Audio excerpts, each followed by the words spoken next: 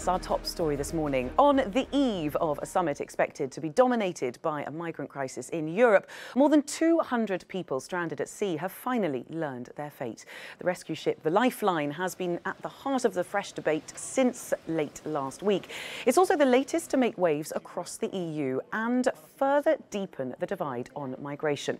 The German NGO running the ship was criticised for coming to the rescue of 233 people when Libyan Coast Guards was reportedly already intervening. The Lifeline was initially refused entry to both Italy and to Malta, but it'll now be permitted to dock, and those on board will be allowed to set foot in Europe. Well, our social media desk has been monitoring those images coming over and in fact, the whole story from start to finish. Let's head over to Alex in the Cube to find out.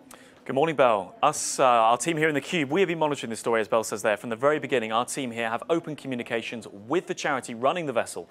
So we're getting constant messages with the latest lines. We'll keep you updated.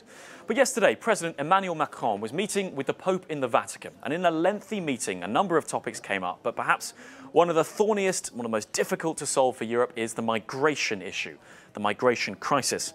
Well, after meeting with the Pope, Emmanuel Macron came out and gave a press conference, reported here by the AFP news agency, where he said that 6 EU countries would now take on the migrants on that rescue ship, the Lifeline, which is off the coast of Malta. Now, they've been there for days as European countries, to quote AFP, bicker between themselves about what to do with these people. Over 230 of them on board this ship, which had many times in the messages that we've had, they have been reiterating the point that they are a rescue ship and not a transport ship, that they are overcrowded.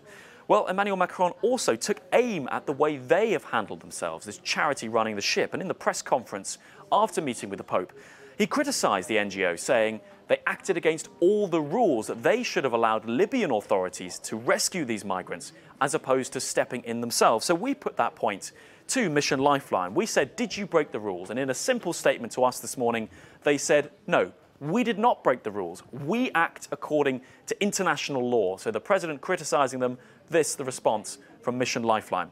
The latest this morning, despite this seeming agreement, a tweet from Mission Lifeline basically showing an email they have sent to the Maltese authorities. They say, we've still not been allowed to dock. The situation, they say, is getting worse. They have several people who are seasick. Conditions are bad. And in an email they've sent to Maltese authorities, they're saying, please allow us to dock. But as yet, according to reports that they've given us, they are not in Maltese waters and are still in international waters off the coast. We'll keep across it and we'll let you know the latest.